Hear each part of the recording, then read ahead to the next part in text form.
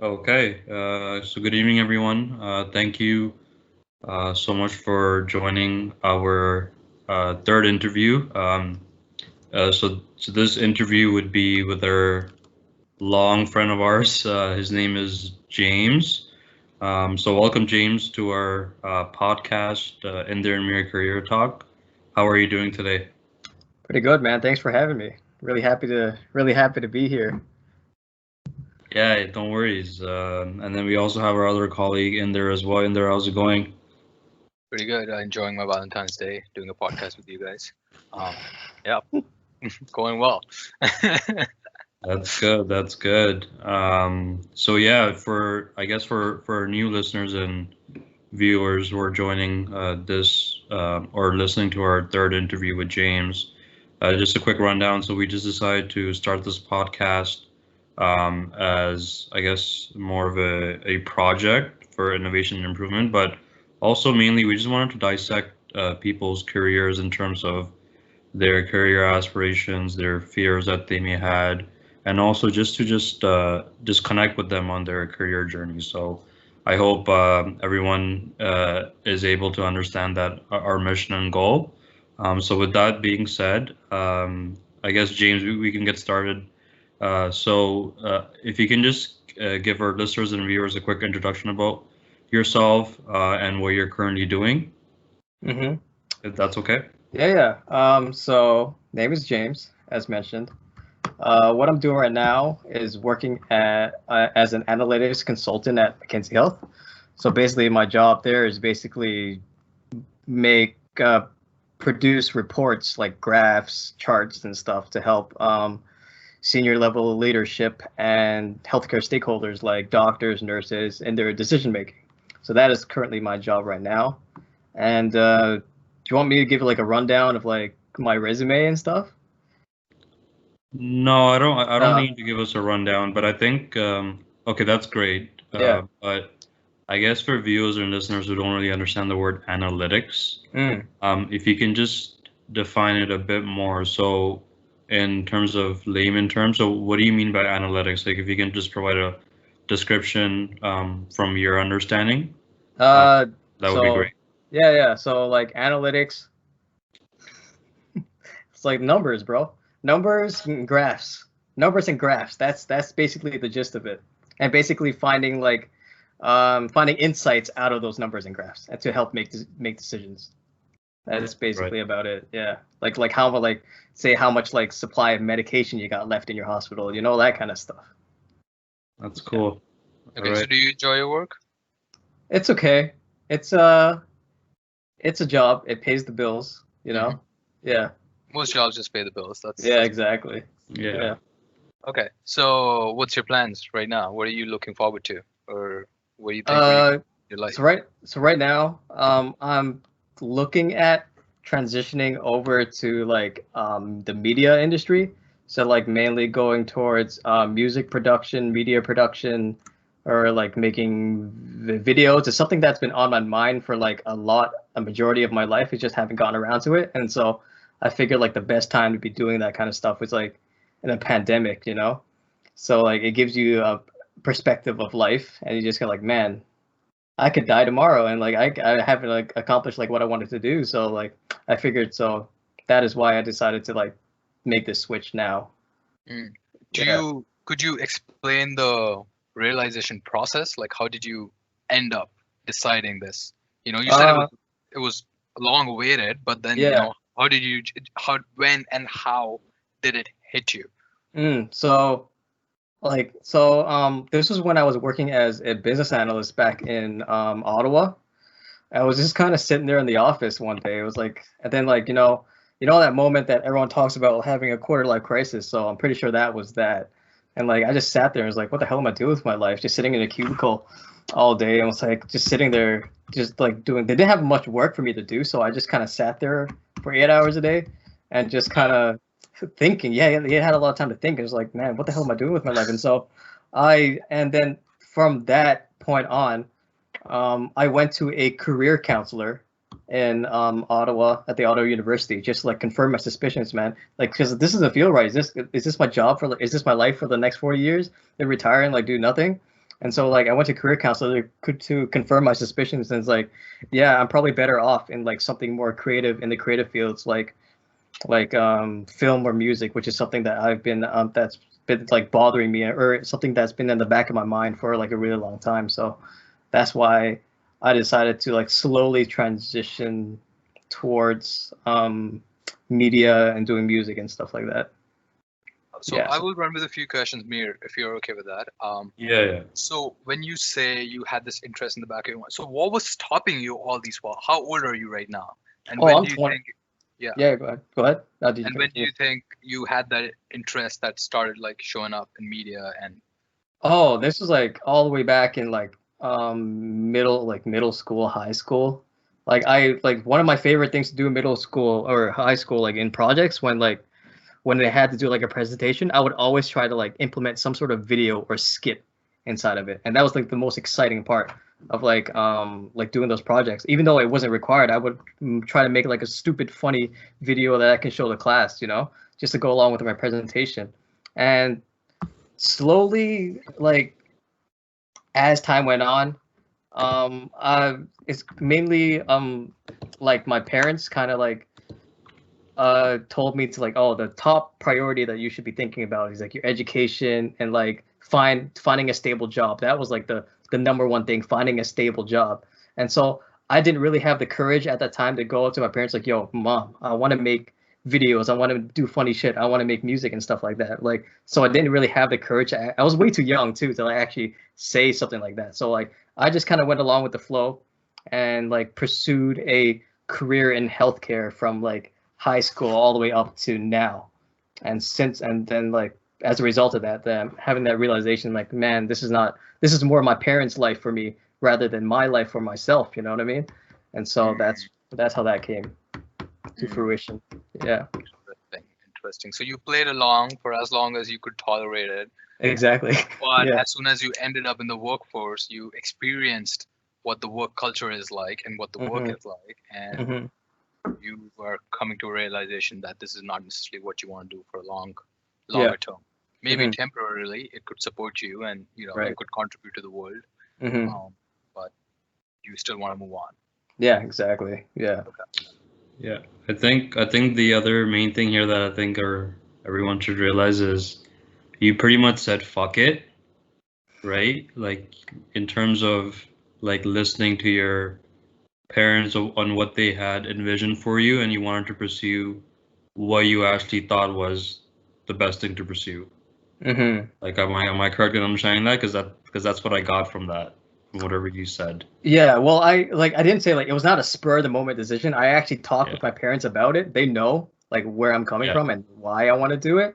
So like, don't say fuck it and just abandon all your priorities and just like, you know, go live your dream. I try to have like that you have to have that conversation with your parents. If your parents are like mine, you have to have that conversation like, mom, dad, this is not really what I want to do. Yeah. I didn't say fuck it to them, you know.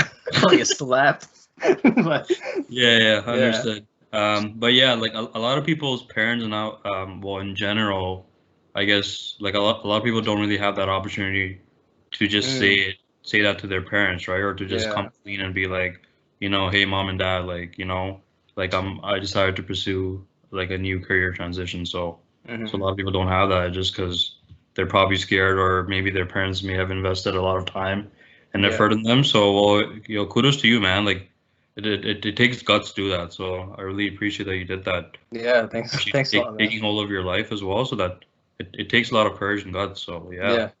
So adding to that, James, I guess my other question is, in terms of your current career or work experiences, I mean, I guess in terms of informatics, I would say, or healthcare in general, what did you feel that wasn't working for you, right? Because there should have been a factor where you're like, yo, this is not working for me, right? So what was that? I was never really interested in healthcare ever, like in general. I was just kind of like, it's the Asian thing to do, man. Like you either engineer, doctor, dentist. Like I tried going down each of like those paths. Like doctor didn't work. I was never gonna become a doctor. So like the one level lower is like a dentist.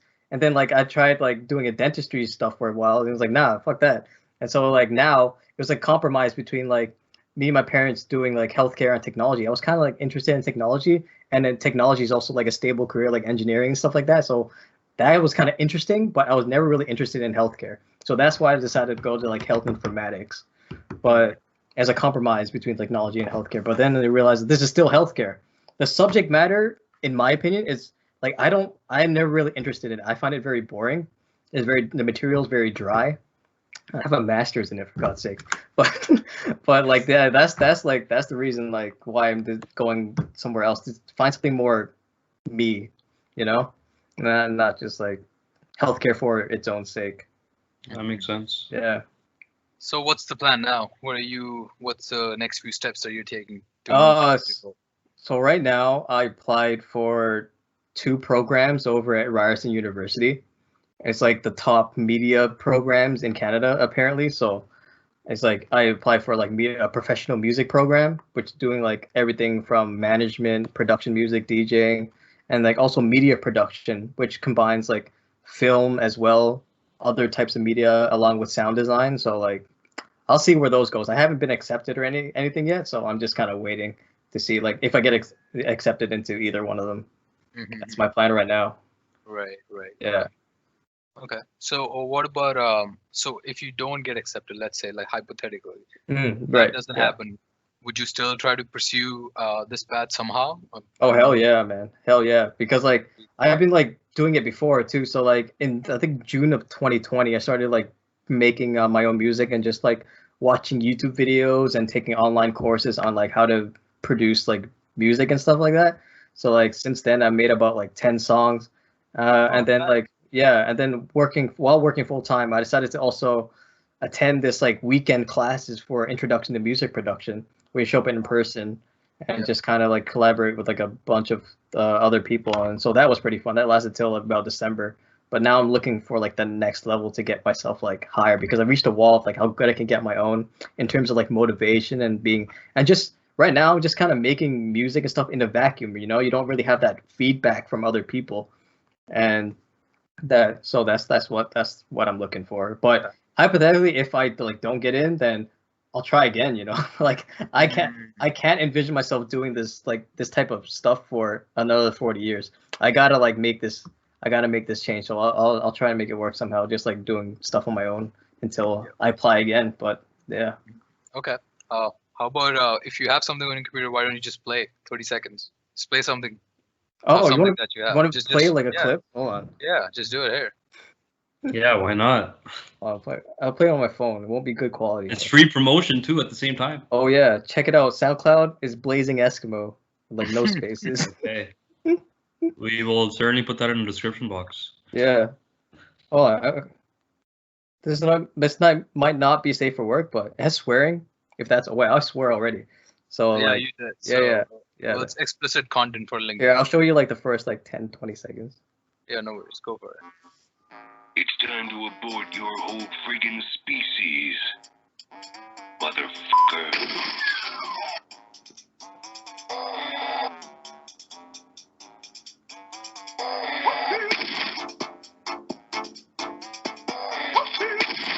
Yeah, and that's like the. I'll stop now. But that was the first song that I made in June. That was pretty good. Back in June. Yeah. So you're mixing. You might be the next Deadmau5. Yeah, hopefully. What? Sorry, I said you might be the next Deadmau5. You never know. Hey, that's the dream, man. That's the dream. Yeah. No, but are you mixing it? Is that what you're doing, or what are you doing in this whole thing? Like, I made that whole thing. I mixed, mastered, and made the songs and gathered the samples to like put it together on. I think FL Studio was what I used for that one. Okay. Yeah. I don't know anything about it, but cool. Great. Okay, so that's interesting. Yeah, go ahead, Mir. Yeah, that's very interesting. Thanks for sharing, James. So I guess the question I have for you would be, like, you just use some technical terms like FL6, right? Like me and Inder have no idea what that is about. So obviously, like you transitioning from, I guess, informatics to music or to arts, like you had to learn those terminology or new softwares or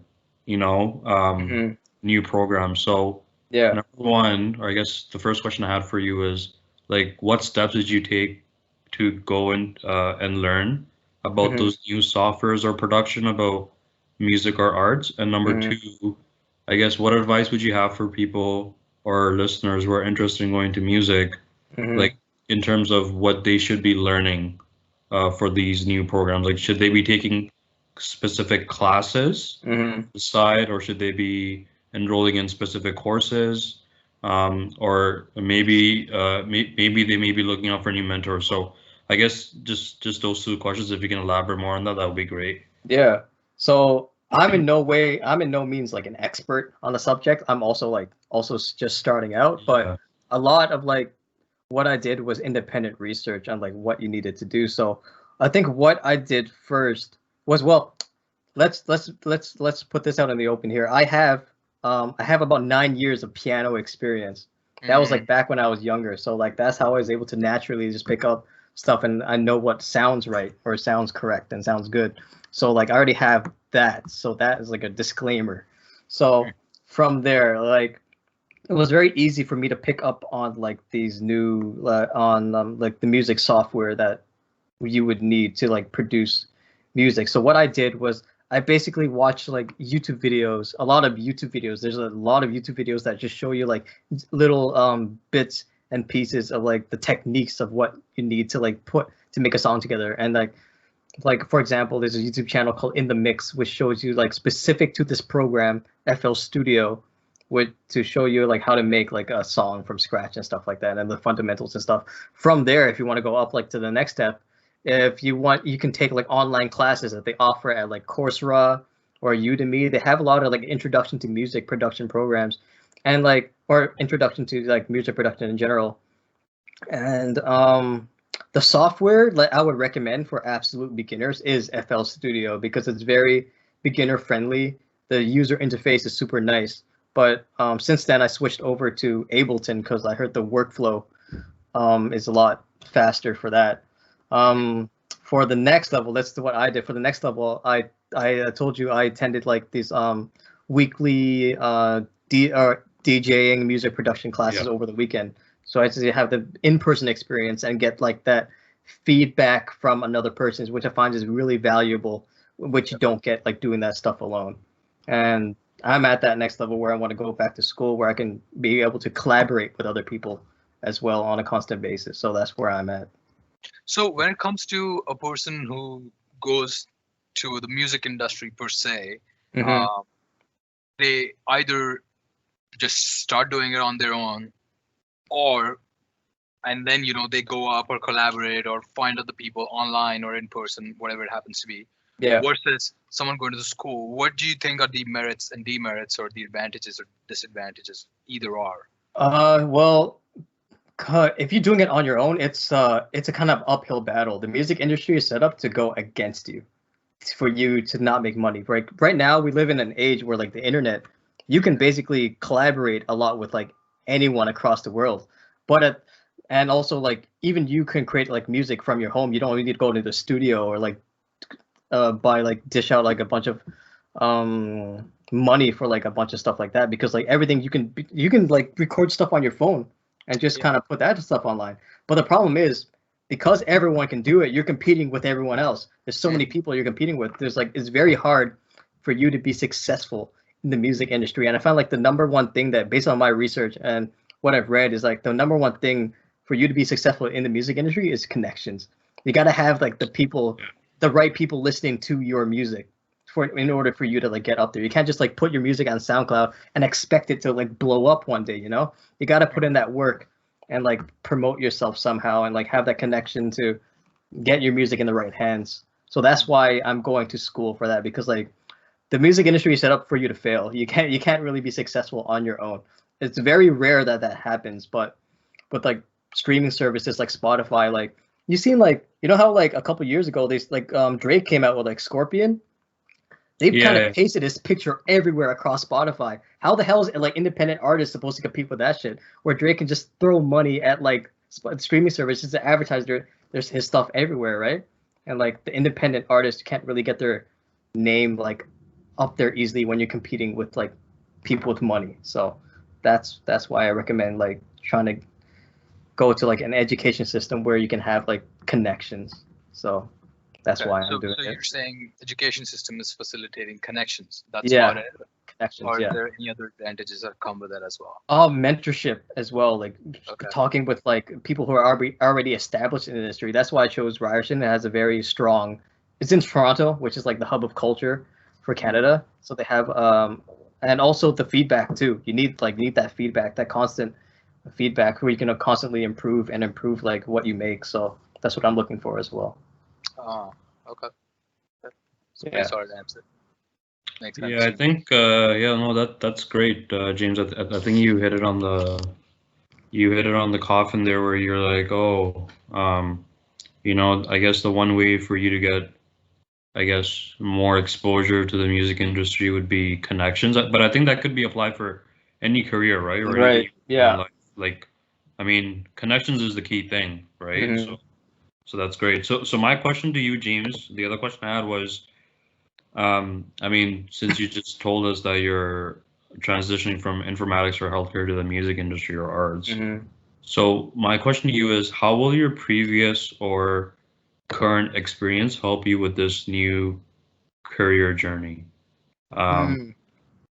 Like, I'm sure you thought about certain experiences that you had, whether it was in Ottawa or whether you're working currently in Toronto or in Halifax. Mhm. So I guess what experiences from those, I guess, instances did you think that it would help you in this new journey?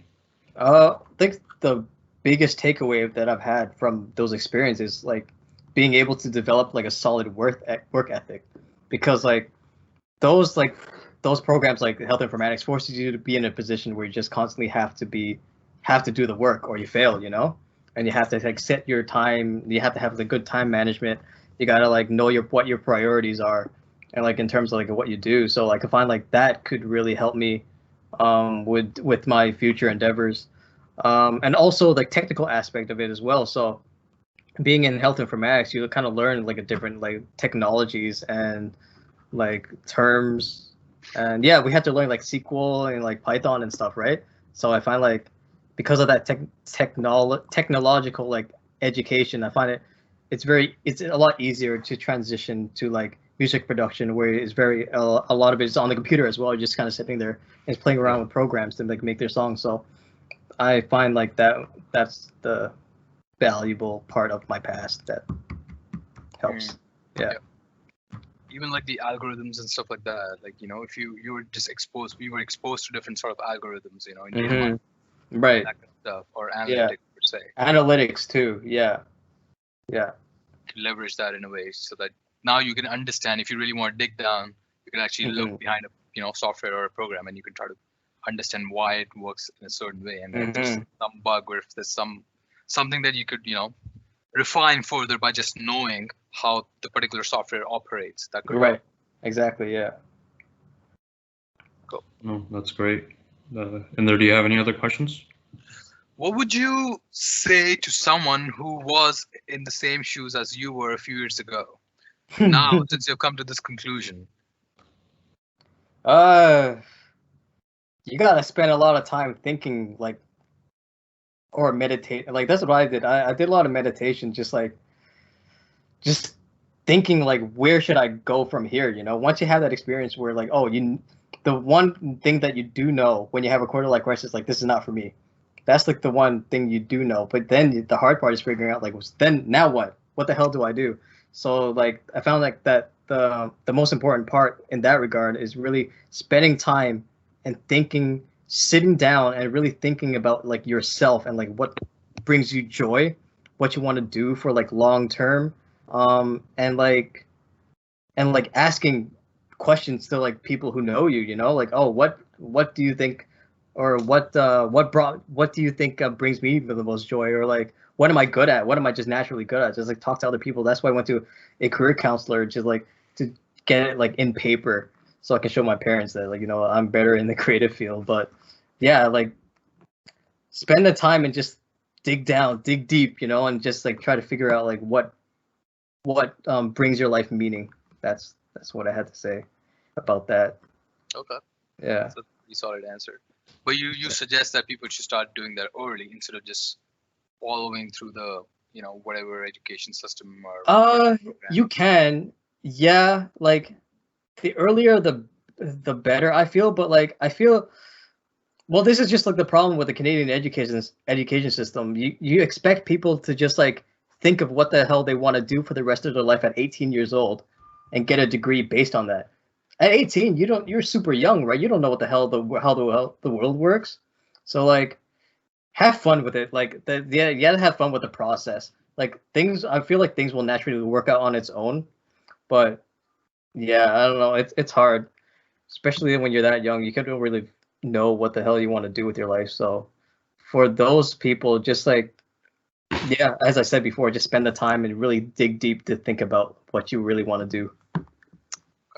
Okay. Yeah. I like that answer. Yeah, that's good. It's almost as James, I guess what you did was, in terms of finding this new career journey, is you kind of did a self-analysis or like a self-assessment of yourself. Mm-hmm. Right? Yeah. In terms of what you want to achieve, and in terms of, I guess, your values as well. Your values, but also at the same time, you were being realistic with yourself too.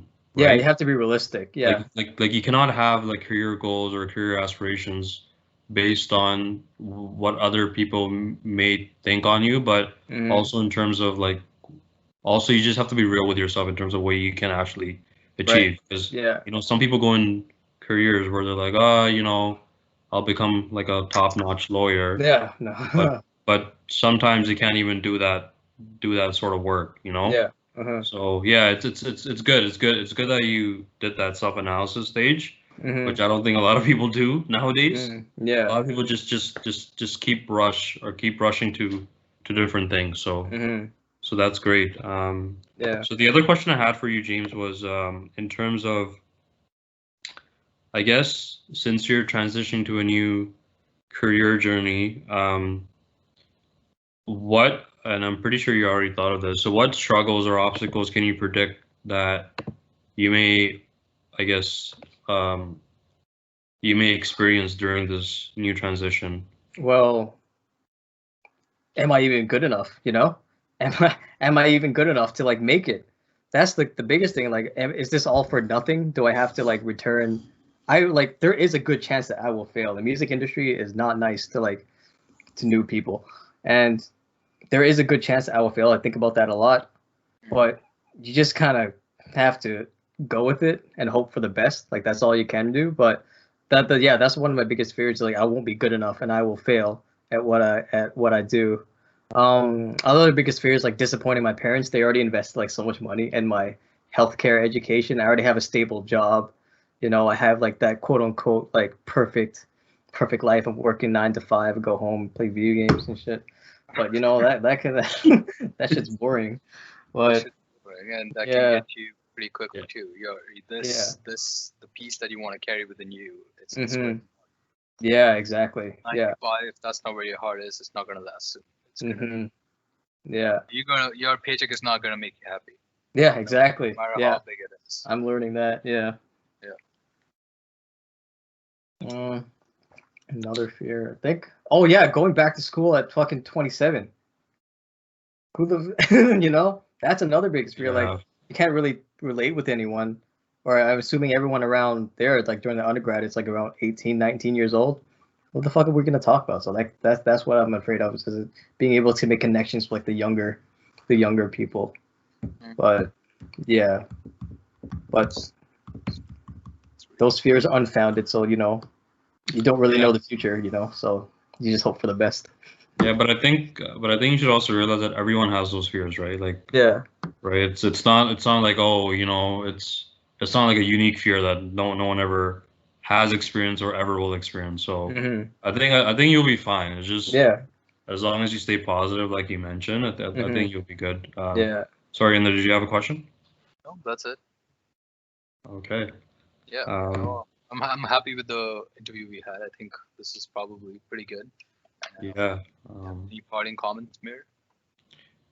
Yeah. So I guess I just want to thank you, James, for not only letting us know what your new career journey is about, but also exposing yourself. I mean, your music, first of all, It's really entertaining for 30 seconds, I should say. So, Thank you. but also, like, you know, like I said, it takes guts to not only, you know, just admit that, you know, like this is not for me in terms of my current career journey. Like I want to do something else now, which really excites me, or which really thrives for me to become a better person. So right, yeah. Yeah, so that's great. Thank you so much for I guess joining us in this podcast interview and no worries. Your experiences. Happy to be here. So if it's okay with you, can you just give your SoundCloud descriptions to our listeners and viewers? Oh, SoundCloud? Yeah, if you want to, it's on my LinkedIn too, but yeah, nice. SoundCloud is like soundcloud.com/Blazing Eskimo, no spaces. Blazing Eskimo. Okay. Yeah. That's all right, cool. Man. All right, Blazing Eskimo. We'll talk later. Take care. All right. Thanks, man. Yeah, thanks. See you guys. Yeah. All right, bye.